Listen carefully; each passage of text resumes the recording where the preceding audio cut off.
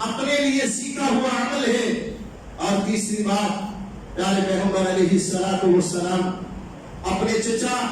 سیدنا عباس رضی اللہ تعالیٰ کے پاس گئے۔ عباس کی بیماری بڑی شدت اختیار کر چکی ہے،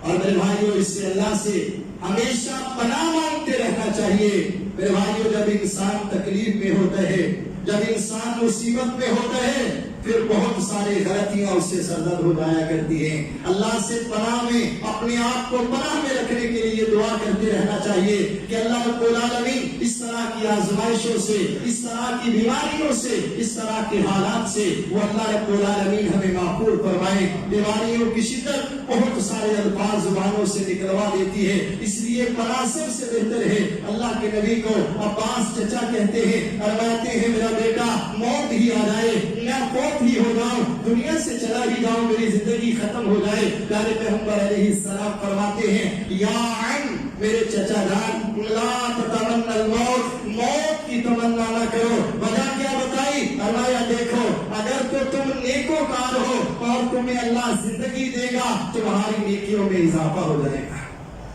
اگر تمہارے اندر گناہ اور بدی ہے تو یہ موقع ہے اللہ کا دیا ہوا، عثمان کے کائنات کا موقع ہے دیا ہوا، اس سے استفادہ کر کے اللہ سے توبہ کرنے کا موقع تمہیں مل سکتا ہے۔ اسی لیے پیغمبر علیہ الصلوۃ والسلام نے فرمایا لا یتمنین احدکم الموت لضر نزل بہ، فرمایا جیسی بھی تکلیف ہے، جیسی بھی حالات ہیں، جیسی بھی مصائب اور مشکلیں ہیں، اللہ سے موت کی تمنا نہیں کرنی، اللہ سے موت نہیں مانگنی۔ اگر حالات اسی طرح کے ہیں اور کہنا ہی چاہتا ہے تو اتنا کہہ سکتا ہے اللہم احیینی ما کانت الحیات خیرا لی وتوفنی اذا کانت الوفات خیرا لی، اللہ جب تک میری زندگی میرے لیے بہتر ہے مجھے زندہ رکھنا، اللہ جب موت میرے لیے بہتر ہوگی مجھے موت دے دینا، لیکن اس سے پہلے اپنے لیے موت کو طلب کرنا یہ نبی کریم صلی اللہ علیہ وسلم نے منع کیا ہے، اس سے نہیں فرمائی ہے۔ فرمایا کوئی شخص اپنے لیے موت کی تمنا نہ کرے۔ تو میرے بھائیوں مرض اور بیماری جہاں پر بھی ہے اللہ سے ہمیشہ شفا ہی کا سوال کرنا ہے اور اس سے شفا ہی مانگنی ہے، اور اس کے براسا کے لیے بھی یہی وصیت و نصیحت ہے کہ وہ اپنے مریض کے لیے اللہ سے شفا ہی کو طلب کرے، اس کے لیے شفا کا طلبگار ہو، اس کے لیے موت کی تمنا نہ کرے۔ چوتھی بات ہے ہر شخص کے دنیا کے اندر معاملات ہیں، ہر شخص کے دنیا میں اس کے معاملات رہتے ہیں، تو بالخصوص عام انسان کے لیے بھی یہی بات ہے کہ وہ اپنے معاملات کو درست کر کے رکھے، اپنے معاملات کو صحیح کر کے رکھے۔ پیارے پیغمبر علیہ الصلوۃ والسلام نے فرمایا من کانت عنده مظلمۃ لاخیہ، اگر کسی نے اپنے کسی بھائی بہن کے ساتھ کوئی زیادتی کی ہے فلیستحلہ قبل ان یاتی یوم لا درہم فیہ ولا دینار، فرمایا اس کو چاہیے اگر کسی کے ساتھ زیادتی کی ہے، ظلم کیا ہے، کسی کا مال کھایا ہے، کسی کے ناجائز معاملات ہیں، کسی پر ظلم و زیادتیاں کرتا رہا ہے، فرمایا وہ اس دن سے پہلے اپنے آپ کو پاک کر لے، جب وہ دن آئے گا لا درہم فیہ ولا دینار، نہ اس دن کوئی دینار ہوں گے، نہ درہم ہوں گے، نہ ڈالر ہوں گے، نہ ریال ہوں گے، دنیا کی کرنسی وہاں پر ختم ہو جائے گی، اور وہاں پر جو کرنسی چلے گی میرے بھائیوں وہ ہمارے نیک اعمال کی ہے، وہ پھر کی ہے، وہ نیکیوں کی کرنسی ہے۔ جس کا ساتھ ظلم کیا ہے وہ آ کے اللہ سے جب تقاضا کرے گا اللہ ظلمنی ھذا، اس نے میرے پہ ظلم کیا ہے، اللہ رب العالمین کرسی عدل پہ بیٹھے ہوں گے، اور وہ کرسی عدل کیسی ہے؟ پیارے پیغمبر علیہ السلام مدینہ کی گلی سے گزر رہے، بازار مدینہ ہے، پیارے پیغمبر گزر رہے، 7 صحابہ کی جماعت ہے، اور دیکھا کیا کہ سرے روڈ سرے بازار 2 بکریاں آپس میں لڑ رہی ہیں، بھڑ رہی ہیں، اپنے سر ایک دوسری سے ٹکرا رہی ہیں۔ پیارے پیغمبر سوال کرتے ہیں، فرمایا میرے صحابہ اتدرون مما تنتهكان، تمہیں پتہ ہے یہ کیوں لڑ رہی ہیں،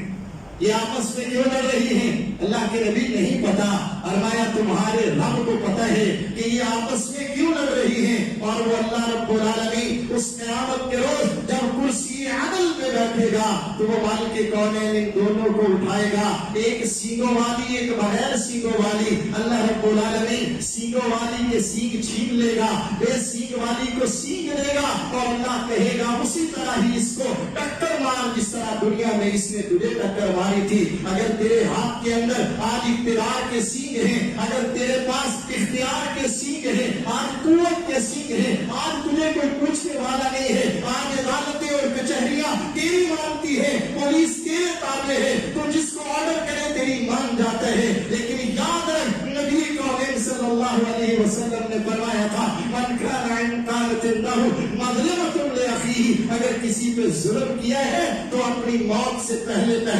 اپنی روح کے حلق میں آنے سے پہلے اس کو بری کروا لو، ورنہ ایسا نہ ہو۔ فرمایا میرے نبی کریم نے فرمایا تدرون من المفلس من امتی،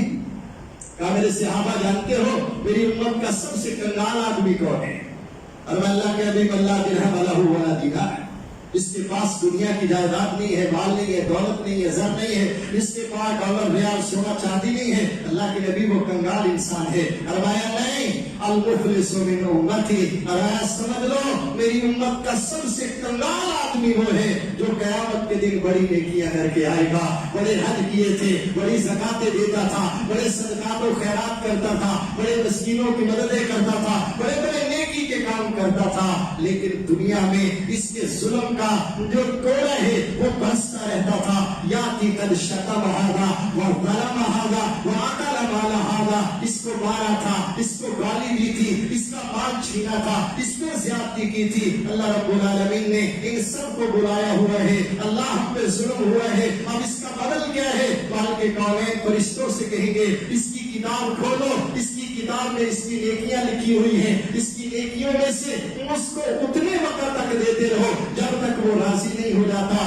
ایک گیا ہے دوسرا آ گیا، دوسرا گیا تو تیسرا آ گیا، یہ چل رہا ہے معاملہ، نیکیاں ختم ہو گئی اور ابھی لینے والے باقی ہیں۔ اللہ ہمارے لیے کیا ہے؟ مالک کونین اپنے فرشتوں سے کہے گا اب ان کے گناہ اٹھا کے اس ظالم کے اوپر ڈال دیے جائیں اور ان کو گناہوں سے پاک کر دیا جائے۔ فرمایا یہ نیکیوں کے پہاڑ لے کے آئے گا، لیکن اس نے اپنے ظلموں کی وجہ سے، اپنی زیادتیوں کی وجہ سے، اپنے معاملات کی وجہ سے، اپنی معیشت و معاشرت کی وجہ سے اتنی ساری نیکیوں کے باوجود یہ جہنم میں پھینک دیا جائے گا۔ فرمایا میری امت کا سب سے کنگال انسان یہ ہے،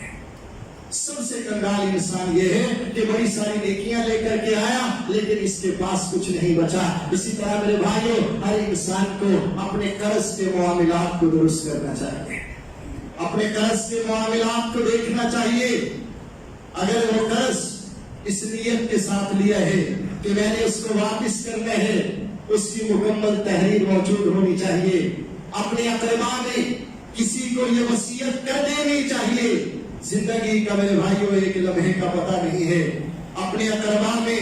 اپنے عزیز و اقارب میں بتا کر کے رکھنا ہے کہ میرے پہ اتنا دین اور قرض ہے اور تم اس میرے قرض کو ادا کر دینا۔ سیدنا جابر بن عبداللہ رضی اللہ تعالیٰ فرماتے ہیں احد کا میدان سجنے والا ہے، میدان احد ہے، جنگ کا آغاز ہونے والا ہے۔ فرماتے میرے ابا نے مجھے بلایا، سیدنا جابر کہتے ہیں رضی اللہ تعالیٰ میرے والد عبداللہ نے مجھے بلایا اور بلا کر کے کہا جابر اس وقت دنیا کے اندر میرے لیے تمہارے اور نبی کریم محمد رسول اللہ سے زیادہ عزیز اس دنیا میں کوئی باقی نہیں ہے۔ میرا بیٹا دیکھنا میرے اوپر کچھ قرض ہے، میرے قرض کا بندوبست کرنا، لوگوں کو میرے قرض ادا کر دینا۔ اور دوسرا فرمایا دیکھو تمہاری بہنیں ہیں اپنی بہنوں کا خیال رکھنا، یہ تمہاری بہنیں ہیں ان کا خیال رکھنا۔ مجھے امید ہے کل میدان احد میں مجھے اللہ شہادت کی زندگی موت عطا فرمائے گا۔ فرمایا دیکھنا میری یہ دو باتیں یاد رکھنا۔ سیدنا جابر